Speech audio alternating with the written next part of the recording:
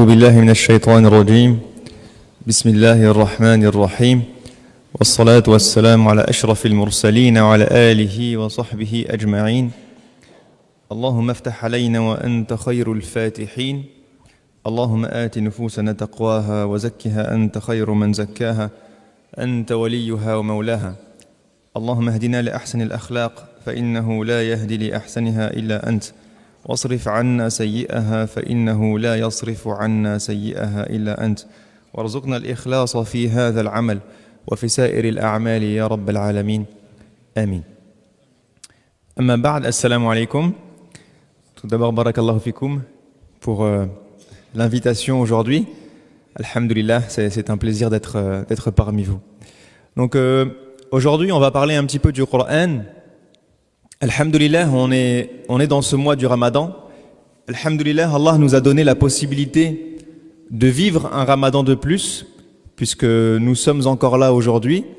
Personne d'entre nous ne sait s'il sera là Ramadan prochain, ni même la fin de ce mois-ci. Et comme vous le savez, le mois du Ramadan est un mois spécial, un mois béni. Lorsqu'on pose la question aux musulmans, qu'est-ce que pour vous le mois du Ramadan? Eh bien très souvent, la réponse qui arrive de manière réflexe, c'est le mois du Ramadan, c'est le mois du jeûne, le mois de l'abstention, le mois des tarawih, le mois de la générosité. Et tout ça est vrai. Mais lorsqu'on pose la même question, non pas aux musulmans, mais à Allah subhanahu wa ta'ala, qu'est-ce que Allah, lui, nous répond?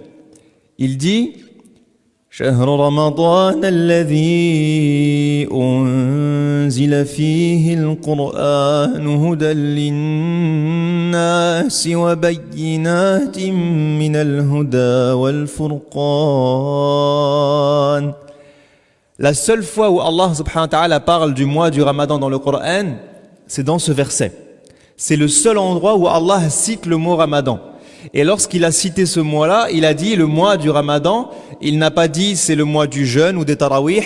Il a dit Shahr Ramadan alladhi unzila fihi al-Qur'an. C'est le mois durant lequel le Coran vous a été révélé, du mois durant lequel nous avons fait descendre la parole d'Allah subhanahu wa ta'ala des cieux sur la terre. Et Allah dit à la fin du verset Faman shahida minkum ash-shahra falyasumh. Ici, il y a un fa qui est une conséquence. Allah est en train de nous dire, celui d'entre vous, qui sera vivant durant ce mois, qu'il le jeûne. Donc le jeûne que nous faisons tous aujourd'hui est une conséquence du fait que Allah a choisi ce mois comme étant le mois du Coran. En vérité, Allah a décidé de célébrer le Coran avec la bénédiction du mois du Ramadan. Il a décidé de célébrer et d'honorer la révélation du Coran avec le jeûne, avec les qiyam, avec les adorations, avec les bonnes actions, avec la générosité, avec la famille, avec tout ce que nous faisons pendant le mois du Ramadan. Tout ça est une manière de dire nous honorons le mois du Coran. Alors maintenant, si on comprend ça, on se dit que le mois du Ramadan est l'occasion idéale durant laquelle le croyant doit se rapprocher du Coran.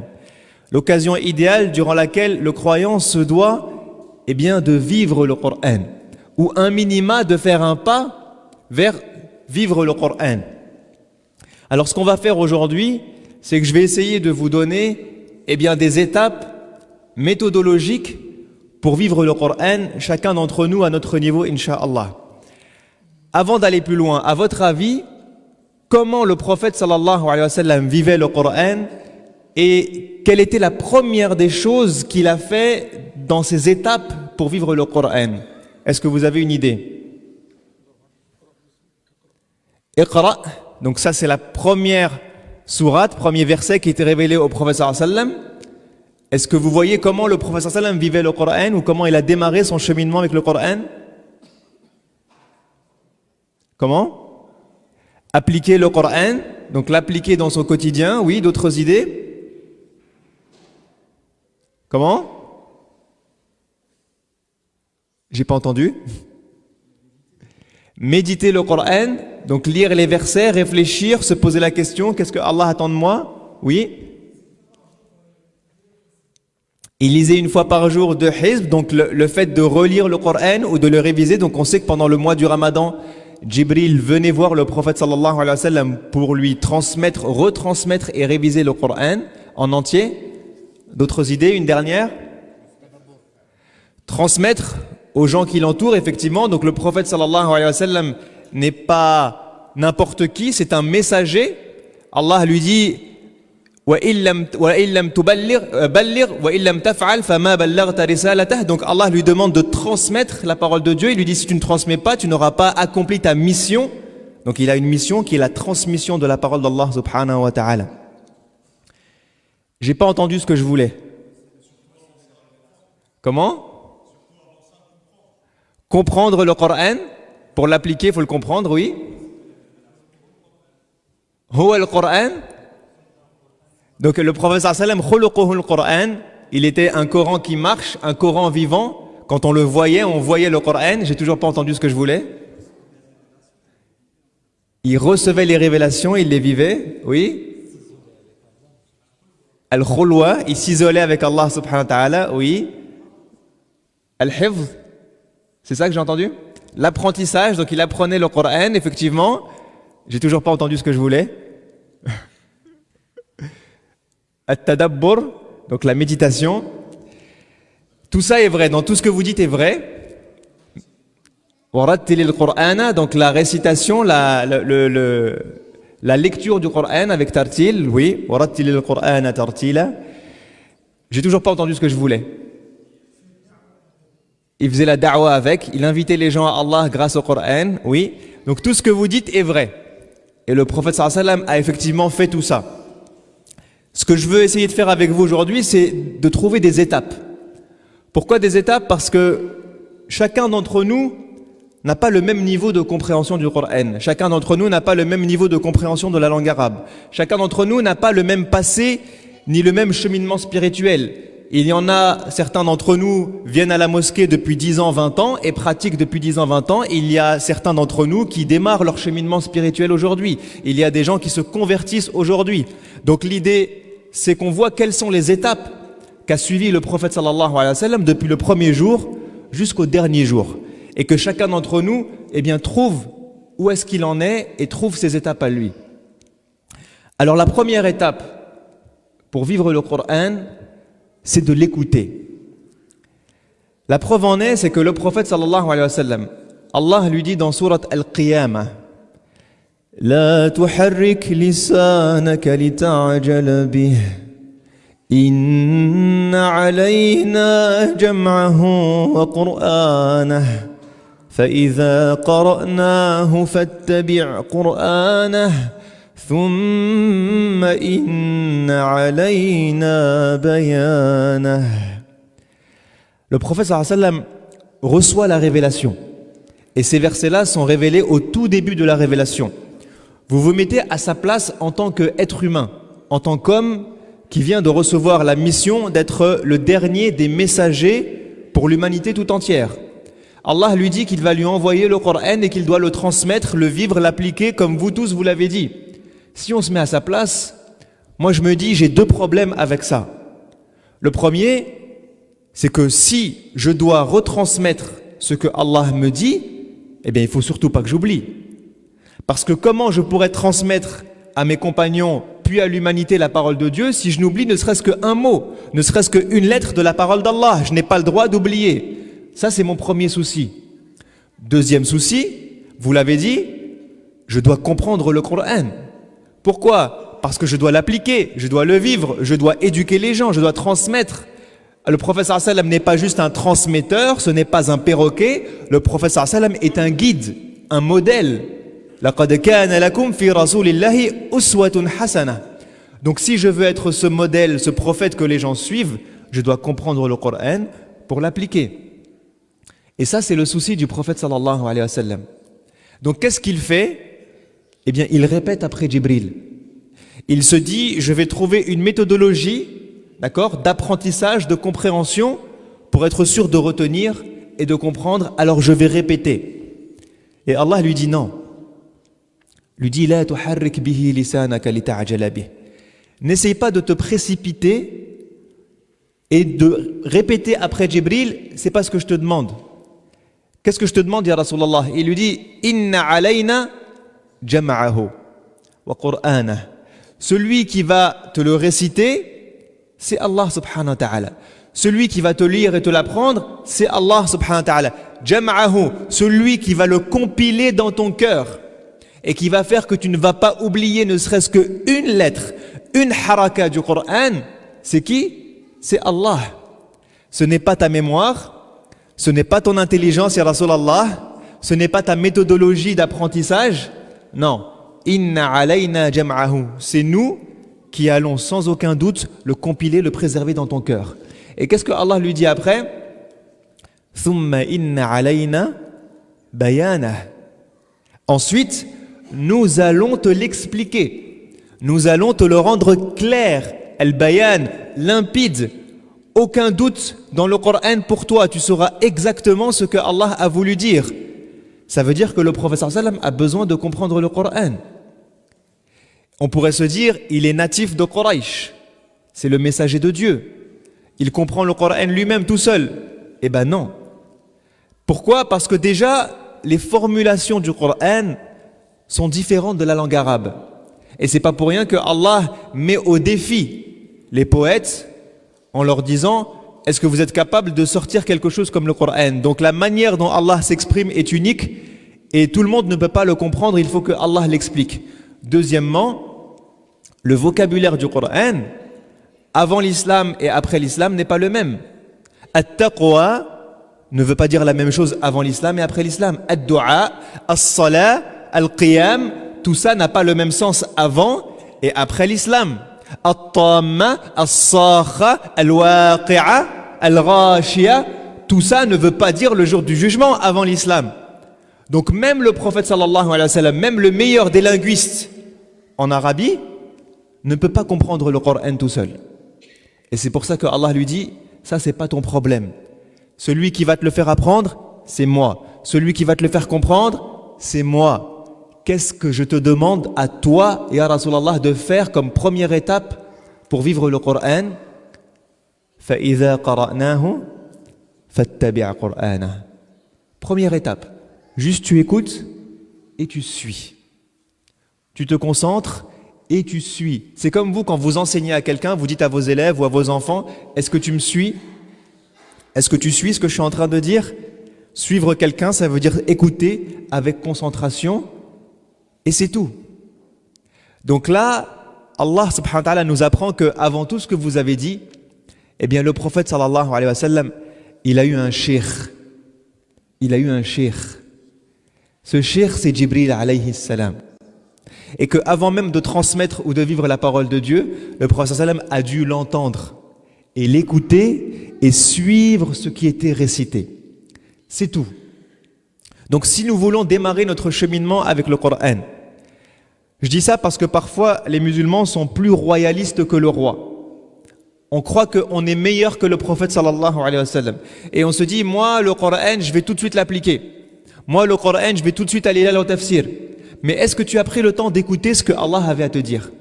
Est-ce que tu as pris le temps d'écouter? La sunna du prophète sallallahu alayhi wa sallam, c'est d'abord d'écouter. D'abord d'écouter et de suivre ce que Allah a à nous dire, juste pour découvrir la parole d'Allah subhanahu wa ta'ala. D'accord? Et aujourd'hui, alhamdulillah, on a les tarawih pendant le mois du Ramadan. Alhamdulillah, aujourd'hui, avec la technologie, sur nos téléphones à tous, on a le Coran. Dans nos voitures, on a le Coran. Dans la maison, on a le Coran. Sur Internet, on a le Coran. À la télé, on a le Coran. En entier, kilomètres, parfois des milles, pour entendre le Coran et écouter. Ou imagine que c'est Allah qui est en train de nous parler. Et juste j'écoute ce que Allah m'envoie à moi, Walid, comme message. Ça c'est la première étape. Deuxième étape, pour commencer à... Et ça, c'est le mot dhikr. Dhikr. Allah nous dit le Coran est un dhikr. Que veut dire le mot dhikr en arabe? Rappel. Le dhikr est un rappel. Pourquoi ce mot-là est plus important que les autres noms du Coran? Parce que le Coran s'appelle aussi Al-Coran, Al-Kitab, Al-Furqan, etc., etc.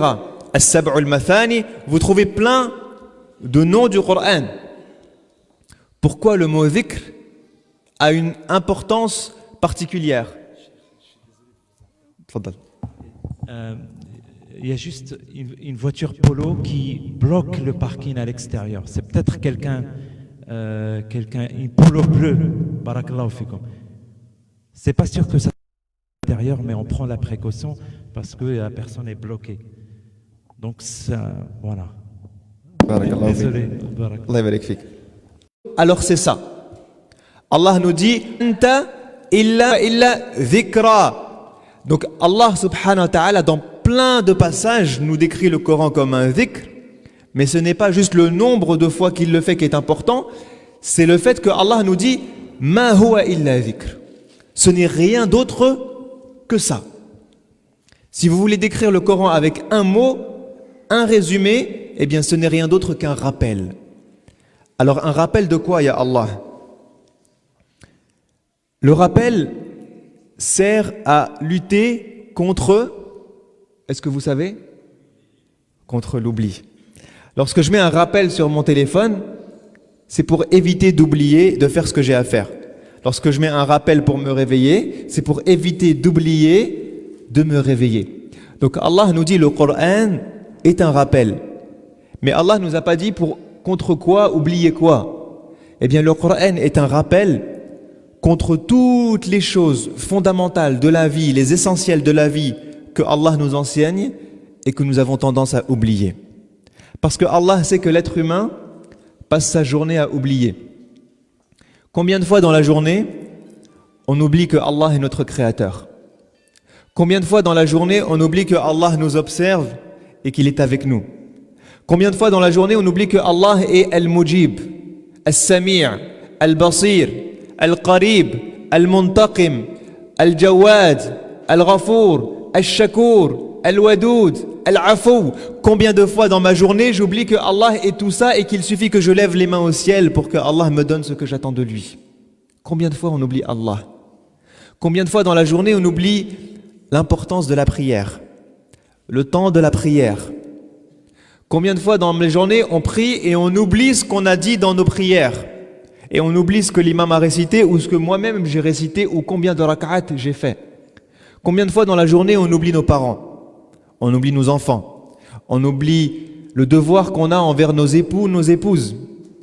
Combien de fois dans la journée on oublie qu'on se doit d'être des musulmans intègres, éthiques, dignes, sérieux dans notre travail, que le musulman ne doit pas mentir, ne doit pas tricher, ne doit pas arnaquer, ne doit pas se moquer, ne doit pas médire. Combien de fois à la pause déjeuner on oublie qu'on n'est pas censé médire sur les autres lorsqu'ils ne sont pas là?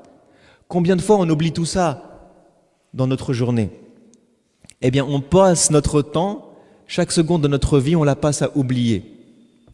Et c'est pour ça que Allah nous envoie un livre dont l'objectif numéro 1 est de nous rappeler.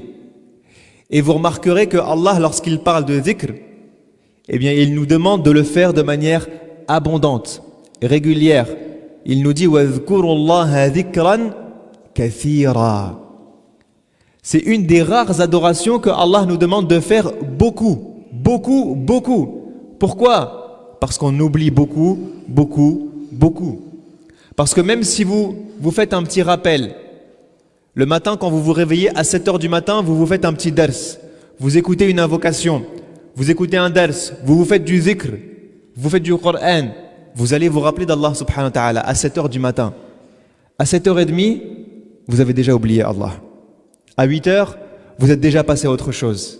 À 9h, ça fait 2 heures que vous vous êtes pas rappelé d'Allah subhanahu wa ta'ala, vous êtes à fond dans votre travail.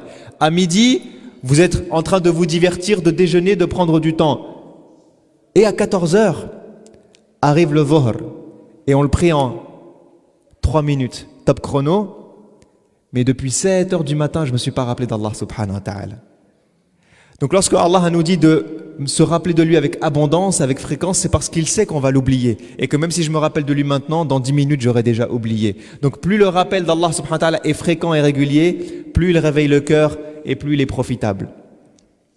Alors maintenant, comment vivre le Coran avec cette fonction de rappel? Eh bien c'est facile. C'est très facile. Il suffit, dans notre relation avec le Coran, je vous invite à faire cet exercice pendant le mois du Ramadan. Vous ouvrez le Coran, vous avez peut-être un wird de lecture quotidien chaque jour, vous vous êtes fixé de lire 1 page, 5 pages, 10 pages, 20 pages, 30 pages, chacun en fonction de son niveau, d'ouvrir à un endroit que vous connaissez ou que vous ne connaissez pas, et pas de faire une lecture mécanique, mais de vous dire, je vais passer 5 minutes à regarder ce verset, ou cette demi-page, et à me dire, qu'est-ce que Allah veut me rappeler que j'ai tendance à oublier. D'accord? Et si vous tombez sur un verset qui vous dit Aqim as-salah, eh bien là vous dites Subhanallah, combien de fois j'oublie ma prière? Est-ce que je suis vraiment quelqu'un qui accomplit la prière comme il se doit? Est-ce que ma prière est importante à mes yeux au point où je vais faire des doigts, ya Allah, aide-moi à bien accomplir ma prière? Et vous savez, faire des doigts pour demander à Allah de nous aider à faire nos prières du mieux possible, eh bien c'est pas une bid'a, c'est une sunnah. C'est la sunnah de Ibrahim alayhi salam, dont Allah nous dit wattabi'u millata Ibrahim hanifa. Et il dit au prophète sallam wattabi' millata Ibrahim hanifa. Qu'est-ce que faisait Ibrahim? Rabbi ja'alni muqima as-salati wa min dhurriyyati. Combien de fois dans nos vies on a fait ce dua? Ya Allah, aide-moi à accomplir mes prières comme il se doit. Aide-moi à vivre mes prières. Aide-moi à me concentrer dans ma prière. Aide-moi à me transformer à travers mes prières. Aide-moi à faire que ma prière soit la chose la plus importante de ma journée. Combien de fois nous on fait ce dua? Ibrahim alayhi salam, Khalilullah, faisait ce dua pour lui et ses enfants. Est-ce que nous on fait ce dua? On ouvre le Coran, on a un rappel. Toujours sur la prière, vous tombez dans Surat An-Nisa. إن المنافقين يخادعون الله وهو خادعهم وإذا قاموا إلى الصلاة قاموا كسالى يراءون الناس ولا يذكرون الله إلا قليلا. Allah dans un verset nous décrit al-munafiqin, les hypocrites à l'époque du prophète sallam, les gens qui se disaient musulmans et qui ne l'étaient pas. Une de leurs caractéristiques, il nous dit c'est quoi? Allah illa qalil. Dieu censé vous réveiller, vous rappeler quelque chose que vous oubliez dans votre journée, quelque chose de fondamental. Il suffit de le lire, de se concentrer et de réveiller nos cœurs. Juste vous ouvrez votre cœur et le verset vous parle. Et Allah nous dit أَفَلَا يَتَدَبَّرُونَ الْقُرْآنَ أَمْ عَلَى قُلُوبٍ أَقْفَالُهَا. Pourquoi ne médite-t-il pas le Coran? Et là Allah ne parle pas aux savants, il parle à tous les croyants. Et il nous dit mais peut-être que si vous ne le méditez pas, c'est parce que vos cœurs sont scellés. Donc si je suis incapable dans ma journée de prendre 5 minutes avec un verset et me dire Allah est en train de s'adresser à toi, qu'est-ce qu'il est en train de te rappeler que tu as tendance à oublier dans ta journée pour réveiller ton cœur? Tu n'arrives pas à le faire, alors wallahi peut-être que le problème c'est mon cœur est scellé. C'est pas moi Walid qui le dit, c'est Allah. Il nous dit peut-être que nos cœurs ont un problème. Et si jamais on n'arrive pas à le faire, alors il faut ouvrir la porte de nos cœurs. Parce que cet exercice-là, je vous dis pas lisez tout le Coran, méditez tout le Coran. Je vous dis prenez un verset pendant 5 minutes. Un verset, 5 minutes. Juste en ouvrant les oreilles, le cerveau et le cœur. C'est tout ce que je vous demande. Et vous savez quoi? Allah nous dit que cet exercice de méditation, eh bien, il est facile. Il nous dit dans Surat Al-Qamar à plusieurs reprises وَلَقَدْ يَسَّرْنَا الْقُرْآنَ لِلذِّكْرِ فَهَلْ مِن مُدَّكِرٍ.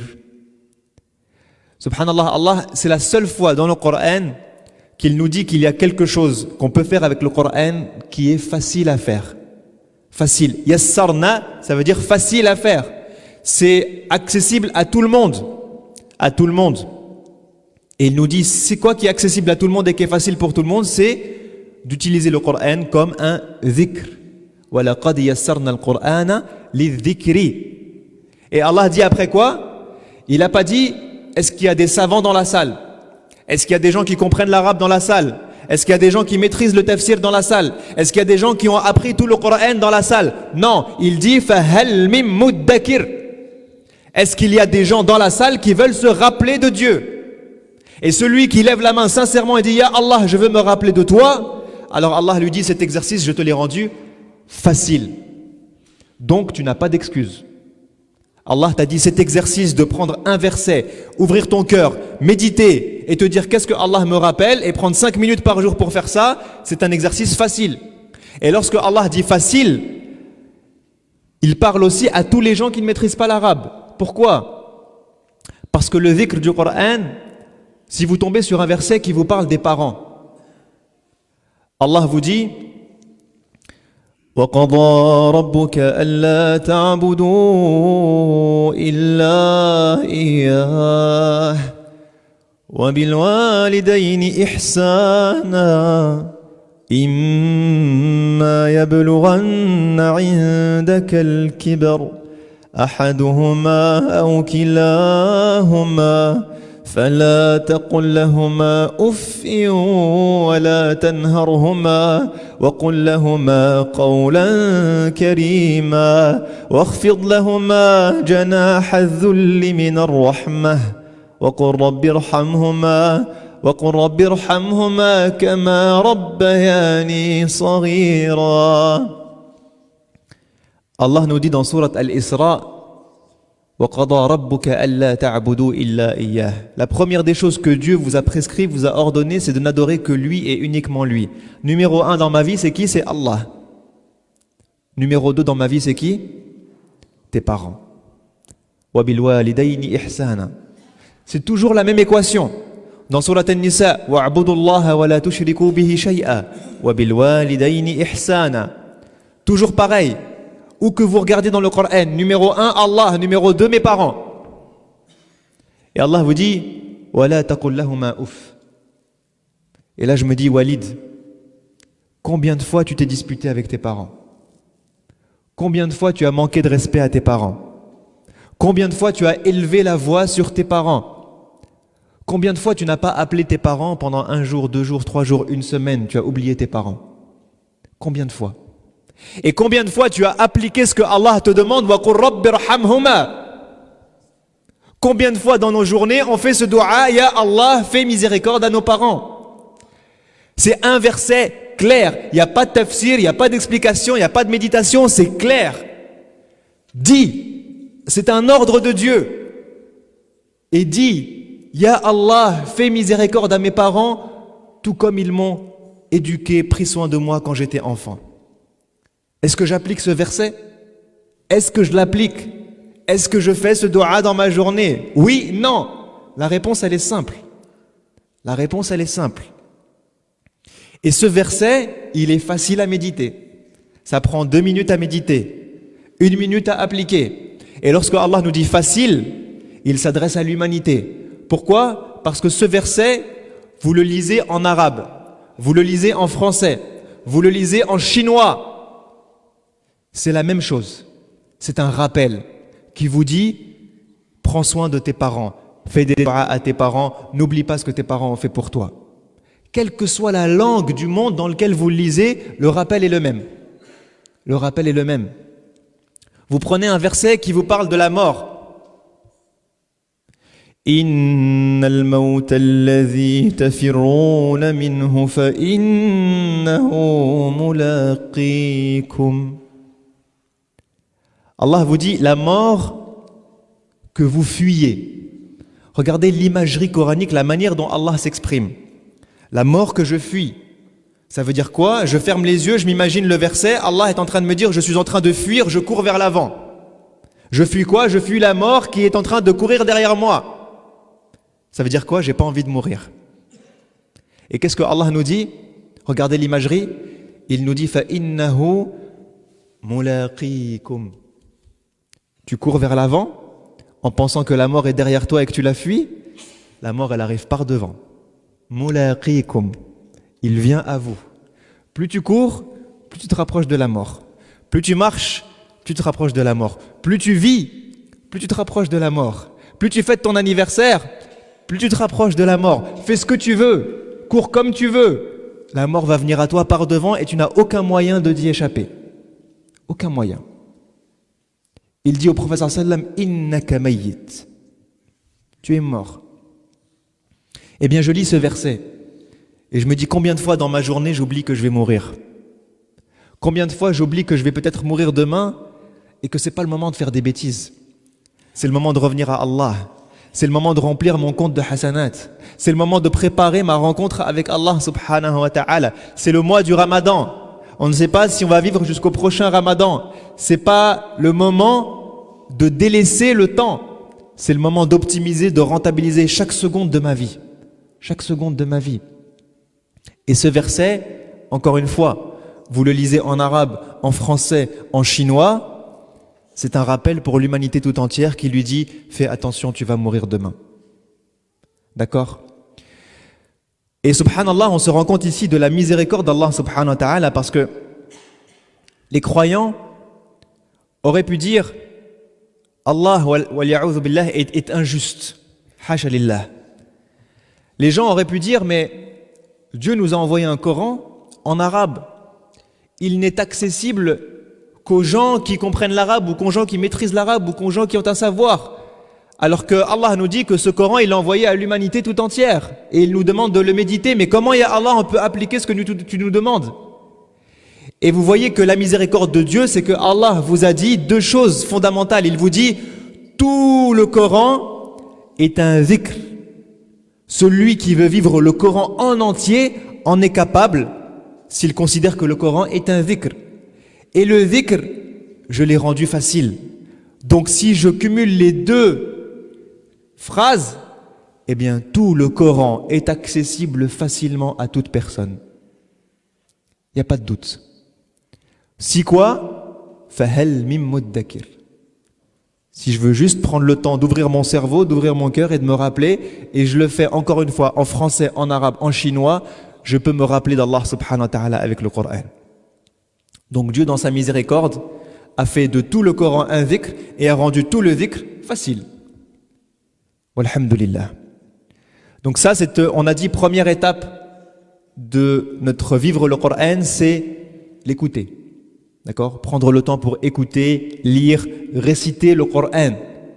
C'est juste avoir un lien avec la parole d'Allah subhanahu wa ta'ala, découvrir ce qu'il a à nous dire et réciter ce qu'il a dit, c'est une adoration magnifique.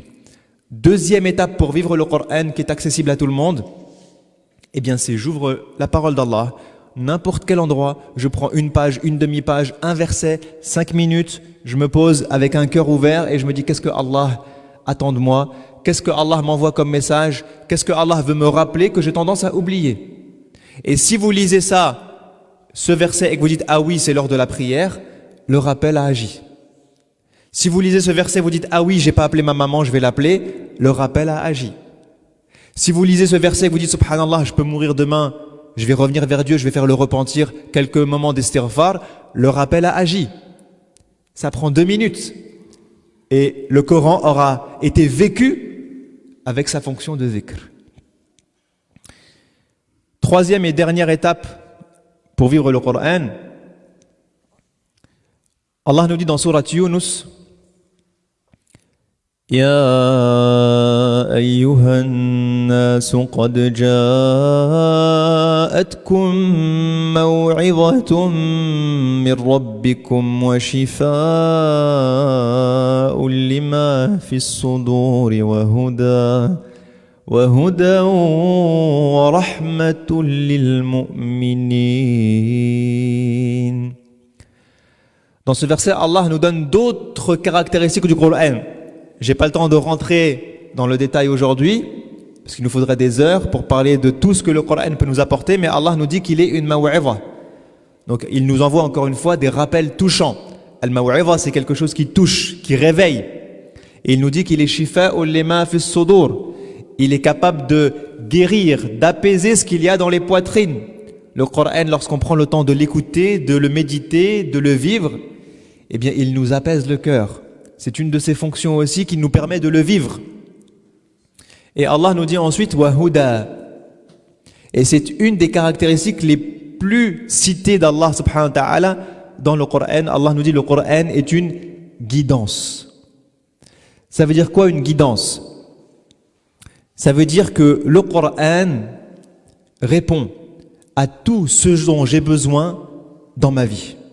Ça veut dire que le Coran est la lumière avec laquelle je vis au quotidien. Ça veut dire que le Coran est les lunettes avec lesquelles je vois le monde. Une lumière, Allah nous dit le Coran est une lumière. Ça sert à quoi la lumière? Ça sert à éclairer. Donc Allahu nuru samawati wal ard. Allah, avec le Coran, éclaire notre vie, éclaire notre intelligence, éclaire notre société, éclaire notre intelligence. Aujourd'hui, il y a des gens qui réfléchissent avec une certaine idéologie. Lorsque vous prenez un journal, vous prenez le Parisien, le Monde, le Figaro, le même événement n'est pas interprété de la même manière. Vous regardez TF1, France 2, BFM TV, le même événement n'est pas interprété, analysé de la même manière. Comment les musulmans analysent le monde et la vie? On est censé les analyser avec les lunettes, non pas de BFM TV ou de TF1 ou du Figaro, mais les lunettes du Coran. Allah nous dit la vérité dans le Coran. Il nous dit comment comprendre les choses, comment les interpréter et comment agir. Comment agir. Et souvent, nous agissons avec notre hawa. C'est ma réflexion, c'est moi, c'est mon œuf, c'est ma colère, c'est ma philosophie, c'est ma manière de penser. Et je vais agir comme ça. Mais si je suis croyant et que je veux vivre le Coran, alors à chaque fois qu'il se passe quelque chose dans ma vie, je dois me dire comment le Coran m'invite à agir. Et là, petit à petit, je vais marcher sur les pas du prophète sallallahu alayhi wa sallam et devenir un Coran vivant. Parce qu'un Coran vivant, c'est quoi? C'est quelqu'un qui, chaque seconde de sa vie, agit comme Allah nous le demande dans le Coran. Donc lorsque je vais me rapprocher d'Allah subhanahu wa ta'ala, je veux vivre ma foi, eh bien je vais chercher dans le Coran comment me rapprocher de Dieu. Je vais chercher dans le Coran les invocations. Je vais chercher dans le Coran qui est Allah. Qui est Allah? Allah dit au prophète sallallahu alayhi wa sallam وَعَلَّمَكَ مَا لَمْ تَكُنْ تَعْلَمْ. Lui-même nous apprend ce que nous sommes incapables de savoir. Même le messager sallallahu alayhi wa sallam, Allah lui dit, je t'ai appris ce que tu ne pouvais pas savoir toi-même. Connaître Allah et qui il est, ses noms, ses attributs, eh bien c'est une manière de se rapprocher d'Allah et de vivre le Coran. Chercher les invocations, les du'as. On parlait il y a 2 secondes de Sayyidina Ibrahim et de son du'a. Il y a des dizaines, voire des centaines d'invocations dans le Coran. Allah a même appris à Sayyidina Adam l'istighfar. Sayyidina Adam, lorsqu'il commet ce péché et qu'il désobéit à Allah subhanahu wa ta'ala et qu'il mange cette pomme, ce fruit de cet arbre, eh bien, c'est la première fois de l'histoire de la création de l'humanité que quelqu'un fait un péché. Est-ce que l'istighfar existe? Pas encore. Et Allah lui dit, nous dit فَتَلَقَّى آدَمُ مِنْ رَبِّهِ كَلِمَاتٍ فَتَابَ عَلَيْهِ. Adam a reçu des paroles de son Seigneur et lorsqu'il les a prononcées, Allah a accepté son repentir. Donc Allah a fait tout le travail. Il lui a dit, voilà comment te repentir, voilà les mots à prononcer, tu as juste à les prononcer et quand il les a prononcés, Allah lui a pardonné. Quelles sont ces paroles? Allah nous le dit dans Surat Al-A'raf. رَبَّنَا ظَلَمْنَا أَنفُسَنَا وَإِن لَّمْ تَغْفِرْ لَنَا وَتَرْحَمْنَا لَنَكُونَنَّ مِنَ الْخَاسِرِينَ. Pourquoi on n'utilise pas ce dua? Si on veut aller vers Allah, pourquoi ne pas utiliser les meilleures des paroles que les meilleurs des hommes ont utilisées? Et il y a des duas dans toutes les situations. Ceux qui veulent être pardonnés, il y a des duas. Ceux qui ont peur du jour du jugement, il y a des duas. وَلَا تُخْزِنِي يَوْمَ يُبْعَثُونَ. D'accord? Ceux qui veulent avoir des enfants, il y a des duas.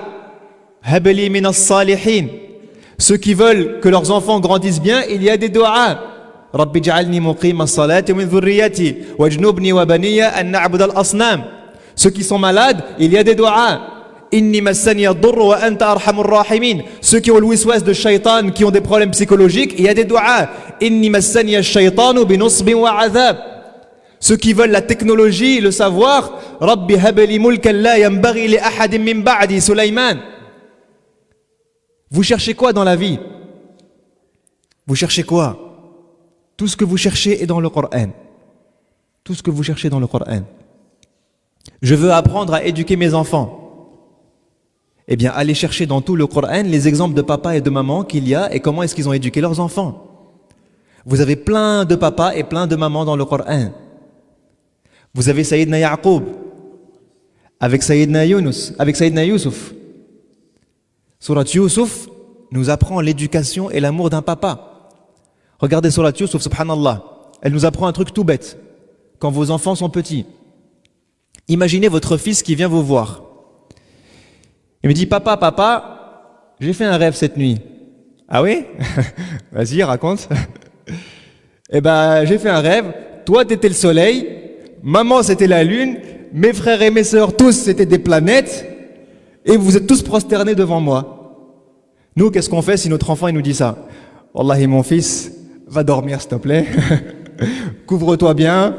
Bois du lait avant de dormir. Ou alors, va raconter à ta mère. Parce que moi, j'ai pas le temps, je travaille. Ouais?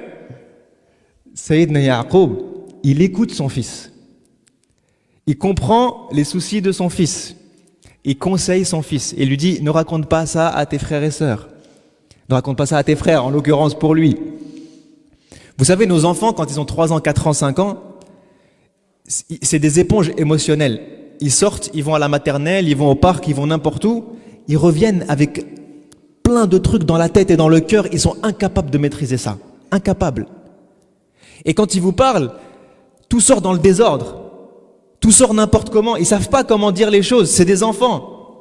Mais ce qui est sur leur cœur sort de manière aléatoire. Et d'ailleurs, vous remarquerez que les enfants, lorsqu'ils parlent, souvent ils répètent. Ils disent, papa, j'ai vu un enfant qui a fait et ils bégayent comme ça. Parce qu'ils ont du mal à mettre des mots sur leurs émotions. Et vous savez, même ça, Sayyidina Yusuf le fait. Puisqu'il dit, Inni ra'aytu ahada ashara kawkaban wa shamsa wal qamara ra'aytuhum li sajidin. Il a dit 2 fois ra'ayt. Il aurait pu dire une fois. J'ai vu ça dans mon rêve et machin et il se prosternait. J'ai vu dans mon rêve et j'ai vu que même Sayyidina Yusuf est submergé par l'émotion et Allah capte cette émotion avec la manière dont il nous met 2 fois le mot ra'ayt. Donc là, je vous ai donné un exemple. Il y a des centaines d'exemples de parents dans le Coran qui peuvent nous inspirer et comment éduquer nos enfants. Et Allah nous dit que le Coran est tibyanun li kulli shay. Il y a des éclaircissements pour toute chose. Toute chose. Et il y a dans le Coran des familles pieuses, il y a dans le Coran des familles avec des conflits. Il y a dans le Coran des enfants pieux et des enfants qui font n'importe quoi. Il y a dans le Coran des parents pieux, des parents qui ne sont pas croyants. Il y a dans le Coran des exemples de toutes les familles du monde. Vous me dites, j'ai des problèmes avec mon épouse, ou ça se passe bien avec mon épouse. J'ai des problèmes avec mes parents, ou ça se passe bien avec mes parents. J'ai des problèmes avec mes enfants, ou ça se passe bien avec mes parents. Il y a tous les exemples. Vous avez des exemples de prophètes qui avaient des épouses où ça allait bien, et des prophètes avec des épouses où il y a des problèmes. Sayyidina Ibrahim a un papa qui n'est pas croyant, qui est son ennemi. Sayyidina Nuh a un enfant qui n'est pas croyant, qui est son ennemi jusqu'au dernier jour. Sayyidina Ya'qub a un enfant, Sayyidina Yusuf, qui est pieux, tout bien, comme il faut, et il a 11 autres enfants qui font n'importe quoi. Ils ont kidnappé leur frère, ils ont voulu le tuer. Alhamdulillah, il y en a un, il a dit non les gars, on va quand même pas tuer notre frère, on va juste le jeter dans un puits. Ouais. Ils ont jeté dans son puits, ils ont menti à leur père, et des années après, toujours mensonge. Donc, alhamdoulilah, même nos enfants qui font des bêtises, ils n'ont pas encore kidnappé leur petit frère. Ouais. Il y a tous ces exemples dans le Coran. Et vous avez des exemples de familles magnifiques. Vous avez des exemples magnifiques, comme Sayyidina Ismaïl, par exemple. D'accord? Donc, tous les exemples, conflictuels ou pas, familiaux, entre époux, entre parents, entre enfants, Allah nous donne des sources de guidance et de lumière pour chaque cas. Pour chaque cas. Walhamdulillah. Allah nous donne même des exemples pour la société. On parle aujourd'hui de notre société, eh bien si on veut des modèles économiques, il y en a dans le Coran. Si on veut un modèle social, il y en a dans le Coran. Le Coran, je vous disais tout à l'heure, les lunettes du Coran, le Coran nous dit quelles sont les priorités sociales dans la vie. Dans ce verset de Surat An-Nisa, Allah nous dit واعبدوا الله ولا تشركوا به شيئا وبالوالدين إحسانا وبذي القربى واليتامى والمساكين والجار ذي القربى والجار الجنب والصاحب بالجنب وابن السبيل وما ملكت أيمانكم إن الله لا يحب من كان مختالا فخورا. Allah nous a construit toute la société en un verset. Il nous a donné les priorités et il nous a dit quoi faire en un verset. Il a dit Allah en premier, vos parents numéro 2, 3, vos proches, votre famille, 4, une fois que j'ai fait ma famille, c'est qui? Les orphelins. Et que Allah du 21e siècle, vos parents, vos familles, et juste après la famille, grand qu'il nous a donné après la ilaha illallah, c'est nos parents. Et si moi j'ai compris que la chose la plus importante de ma vie après Dieu, c'est mes parents, et que c'est un bienfait infini, alors je comprends que ceux qui n'ont pas de parents ont été privés de ce bienfait énorme. Et que si c'est ça la priorité, alors après que je me sois occupé de ma famille, ma priorité c'est de donner une famille à ceux qui... Parce que c'est le plus grand bienfait que Dieu peut nous donner. Et si on a compris cet ordre-là, eh bien tout de suite après, c'est les orphelins qui viennent. Parce que moi je dis tous les matins, tous les soirs, tous les midis, Alhamdulillah pour mes parents. Mais eux n'ont pas de parents. Et ensuite Allah nous dit, vos voisins, les proches, wal jari al junub, d'accord? Vos proches d'abord, ensuite les plus éloignés, ensuite vos amis, vos collègues, was sahibi bil jamb, d'accord? Il nous dit entre-temps, al-masakin, ceux qui n'ont pas. Et ensuite, il termine par, vous vous rappelez? Wabn sabil, c'est pas le dernier, les voyageurs. Une fois que je me suis occupé de ma société, mes parents, mes proches, les orphelins, les pauvres, mes voisins éloignés, mes amis, mes collègues. Après, il y a tous les étrangers. Les gens qui viennent de l'extérieur, Ibn Sabil, les voyageurs, les gens qui viennent dans notre pays, qui viennent dans nos maisons. Au début de l'islam, les gens avaient encore beaucoup. Non. Ihsan, c'est un verbe, il n'y a pas d'autre mot pour le reste du verset. Donc en fait, ihsana, je fais l'ihsan avec mes parents, je fais l'ihsan avec les orphelins, je fais l'ihsan avec mes voisins, je fais l'ihsan avec mes collègues et mes amis, je fais l'ihsan avec les voyageurs, et je fais l'ihsan à l'époque avec les esclaves. Mais alhamdulillah, il n'y a plus d'esclavage. Mais le mot qu'Allah utilise n'est pas esclave. C'est wa ma malakat aymanukum, ce que vous détenez entre vos mains. Et aujourd'hui, les musulmans et les non-musulmans détiennent encore des choses entre leurs mains, comme les gens qui travaillent pour vous, les gens que vous embauchez, les gens à qui vous allez acheter quelque chose, les gens sur qui vous avez un pouvoir. Est-ce que vous les avez oubliés? Et aujourd'hui, dans nos entreprises, vous allez, wallahi, des fois dans des restaurants musulmans ou dans des entreprises musulmanes, dans une société musulmane, eh bien parfois, les ouvriers, les employés, les salariés, on les traite comme des esclaves. Vous prenez des musulmans qui sont riches, qui ont chez eux une femme de ménage. Eh bien, wallahi, parfois, il y a des gens qui traitent leur femme de ménage comme une esclave. Pourquoi? Ma malakat aymanukum. Parce que je la tiens dans ma main. Je la tiens dans ma main. Ça veut dire que c'est moi qui décide quand tu viens, quand tu pars. C'est moi qui décide quand je te paye, quand je te paye pas. C'est moi qui décide quand tu prends des vacances et quand tu en prends pas. C'est moi qui décide si tu as une augmentation, si tu n'en as pas. C'est moi qui dois faire et de ce que tu ne fais pas. Pourquoi? Parce que je suis ton employeur. Parce que c'est moi qui achète. J'ai le pouvoir dans ma main. Ben Allah, il vous dit calmez-vous avec votre pouvoir. Et il vous dit si vous avez un pouvoir dans la main, vous savez quoi en faire? Ihsana. Ihsana. Utilisez le pouvoir qu'il y a dans votre main pour faire le meilleur du bien que vous pouvez faire envers tous ces gens-là. Subhanallah.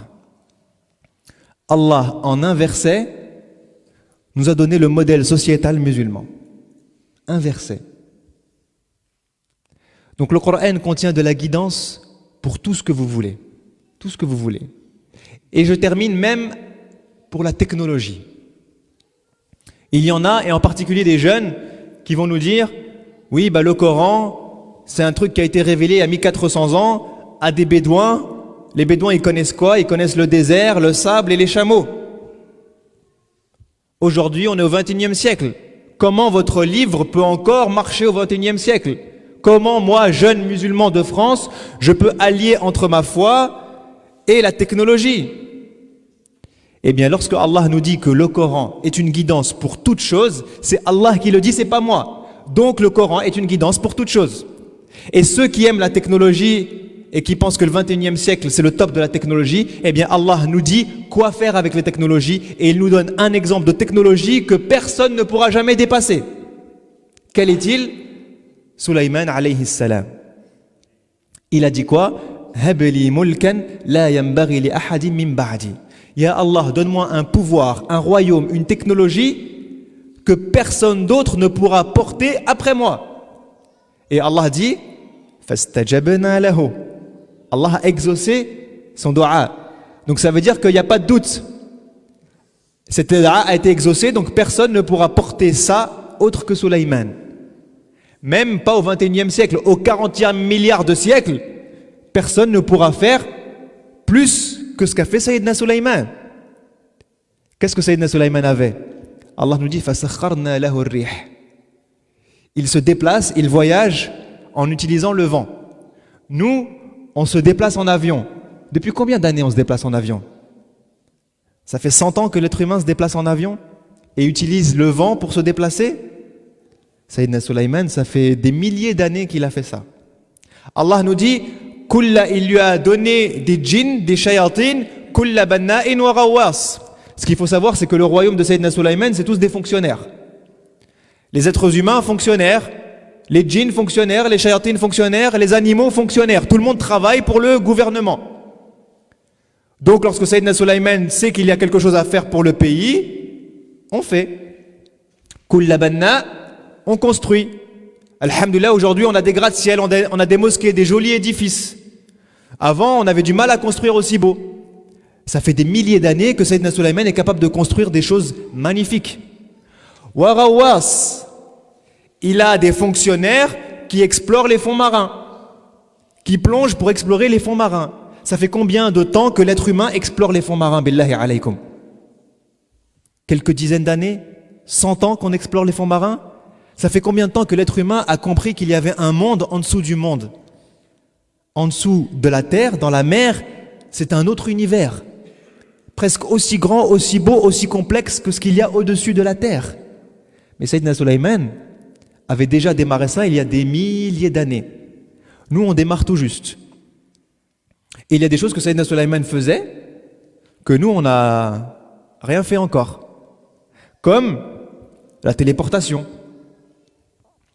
Sayyidina Sulaiman, il a ses fonctionnaires autour de lui et il dit, moi je veux le trône de Belkis. Et là, il y a un challenge.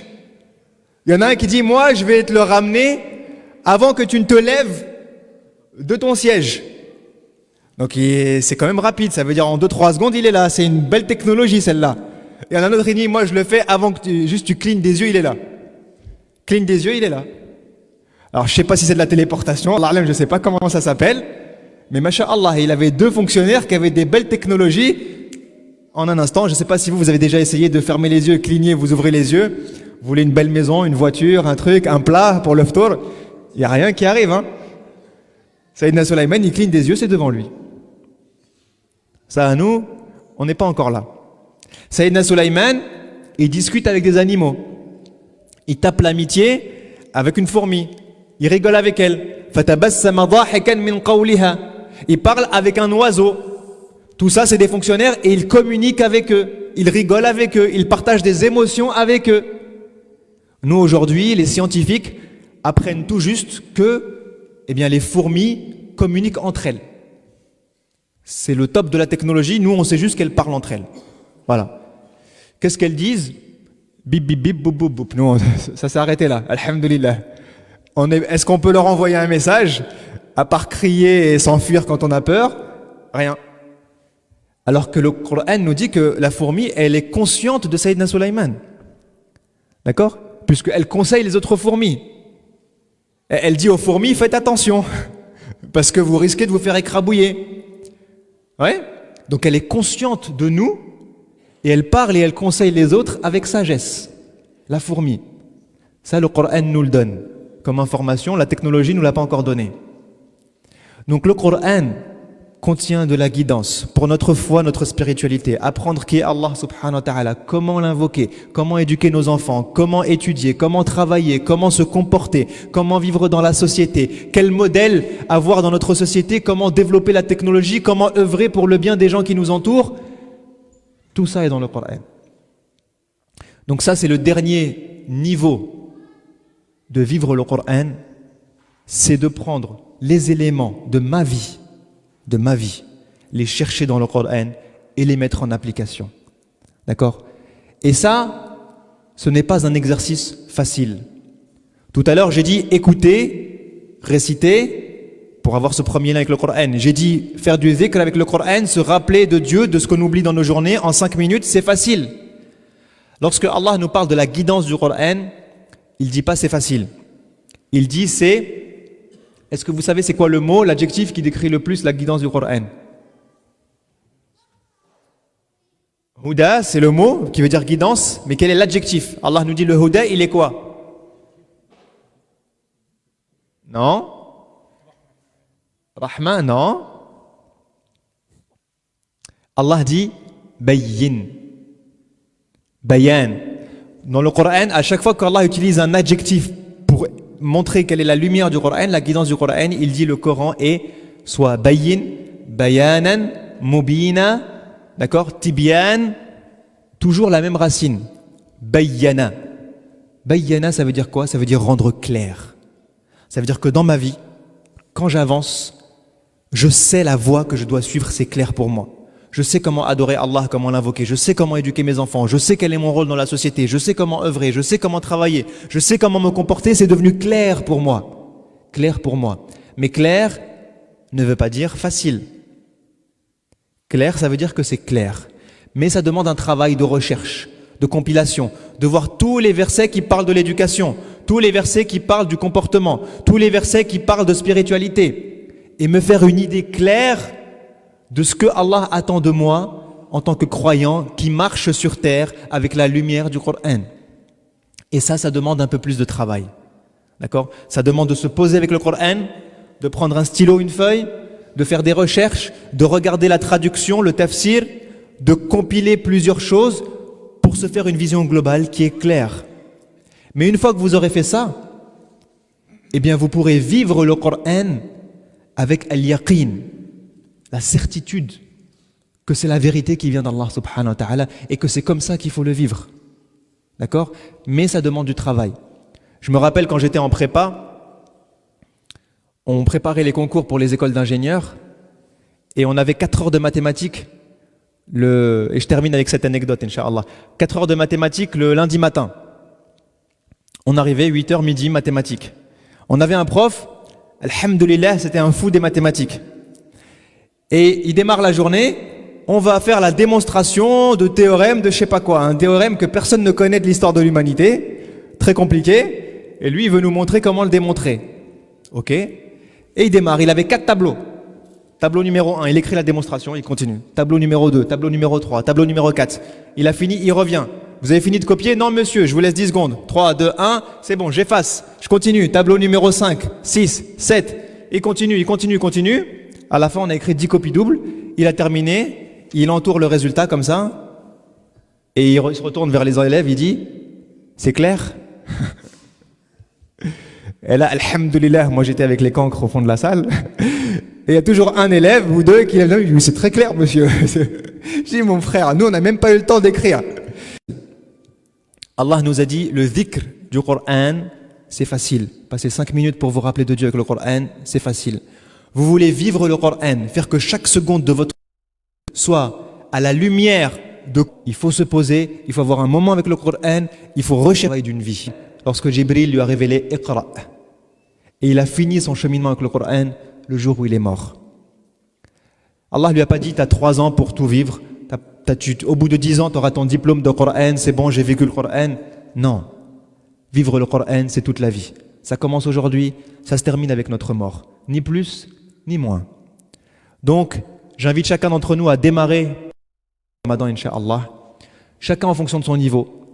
Commencer par écouter, prendre du plaisir à découvrir la parole d'Allah subhanahu wa ta'ala, à se dire qu'est-ce que Allah nous a envoyé comme message, comme les premiers faisaient.